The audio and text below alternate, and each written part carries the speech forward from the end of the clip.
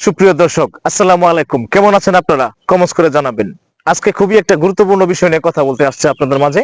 সেটা হচ্ছে content monetization কতদিন থাকবে। এটা নিয়ে অনেকেই প্রশ্ন করেছেন যে কন্টেন্ট মনিটাইজেশন কোনো ক্রাইটেরিয়া আসবে কিনা, অর্থাৎ কোনো টার্গেট আসবে কিনা, যে এই টার্গেট ফিল আপ করতে পারলে আপনি কন্টেন্ট মনিটাইজেশন পাবেন। তো সেই বিষয়ে আজকে কথা বলবো। আমাকে অনেকেই জিজ্ঞাসা করছেন, সেই বিষয়ে আমি এখন আপনাদের ভিডিওর মাধ্যমে জানাচ্ছি।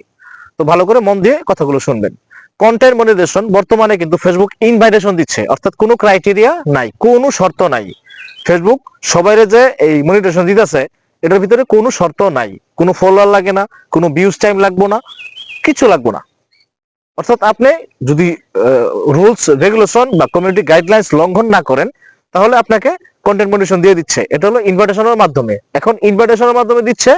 এবং ফেসবুকের বক্তব্য অনুযায়ী এই ইনভাইটেশন সিস্টেমটা, এটা একটা প্রোগ্রামিং, এই প্রোগ্রামিং সিস্টেমটা 2025 সাল পর্যন্ত থাকবে।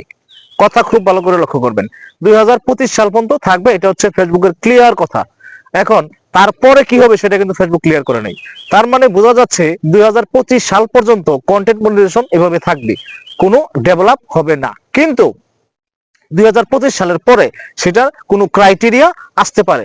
যদি 2025 সালের পরেও এই কন্টেন্ট মনিটাইজেশন সিস্টেম একই থাকতো, তাহলে কিন্তু ফেসবুক বলে দিত যে 2026 সাল পর্যন্ত এই কন্টেন্ট মনিটাইজেশন ইনভাইটেশন হিসেবে থাকবে। যেহেতু ফেসবুক 25 সাল বলছে, সেই ক্ষেত্রে 26 সালে কিন্তু কন্টেন্ট মনিটাইজেশন এই সিস্টেম নাও থাকতে পারে। অর্থাৎ কোনো ক্রাইটেরিয়া তারা নিয়ে আসবে, যেমন আগে ছিল 4000 ঘন্টা 6000 ঘন্টা ওয়াচ টাইম এবং 60,000 মিনিট ওয়াচ টাইম এবং 10,000 ফলোয়ার, এরকম একটা ক্রাইটেরিয়া ছিল আমাদের আগে, টার্গেট ছিল। সেরকম একটা টার্গেট নিয়ে আসতে পারে ফেসবুক কন্টেন্ট মনিটাইজেশনের ক্ষেত্রে। তো সুতরাং আমি আপনাদের বলবো যে যারাই ফেসবুকে কাজ করতে আসছেন, ইনকাম করার জন্য কাজ করতে আসছেন, তাদেরকে বলবো যে যত সম্ভব ফেসবুকের guidelines, rules regulation, community guidelines এগুলো জেনে যত দ্রুত সম্ভব আপনি আপনার কন্টেন্ট মনিটাইজেশন ইনভাইটেশন যেন আসে সে কাজটা করুন। আর কন্টেন্ট মনিটাইজেশন পাওয়ার জন্য কি কি কাজ করতে হবে আমার ভিডিওতে আছে, আপনারা আমার ভিডিওগুলো ভালো করে দেখেন, ইনশাআল্লাহ পাওয়া যাবেন। তারপর আমি আবার বলে দিচ্ছি আজকে খুব সংক্ষিপ্ত আকারে। সেটা হচ্ছে আপনি ফটো অন্তত পক্ষে 3 দিন, সপ্তাহে 3টা ফটো ট্যাক্স, 3টা ফটো আপলোড করবেন এবং 3টা ট্যাক্স আপলোড করবেন অন্তত পক্ষে নিচে। এবং লং ভিডিও অর্থাৎ 3 মিনিটের উপরে যে ভিডিওগুলো হয় সেটা খুব বেশি, প্রত্যেকদিন একটা করে আপলোড করবেন। শর্টস ভিডিও সপ্তাহে 2টা 3টা দিলে কোনো সমস্যা নাই, মানে রিলস যেগুলো আছে। লং ভিডিও বেশি করে আপলোড দেবেন এবং আপনারা এই কাজটা কন্টিনিউ করতে থাকবেন। আশা করি যদি এভাবে কাজ করতে থাকেন, কন্টেন্ট মনিটাইজেশন আপনিও পেয়ে যাবেন একদিন ইনশাআল্লাহ। আর আপনার প্রোফাইলটাকে খুব ভালো করে চেক করবেন যে আপনার প্রোফাইলটা আদৌ কি মনিটাইজেশন পাওয়ার যোগ্য কি না।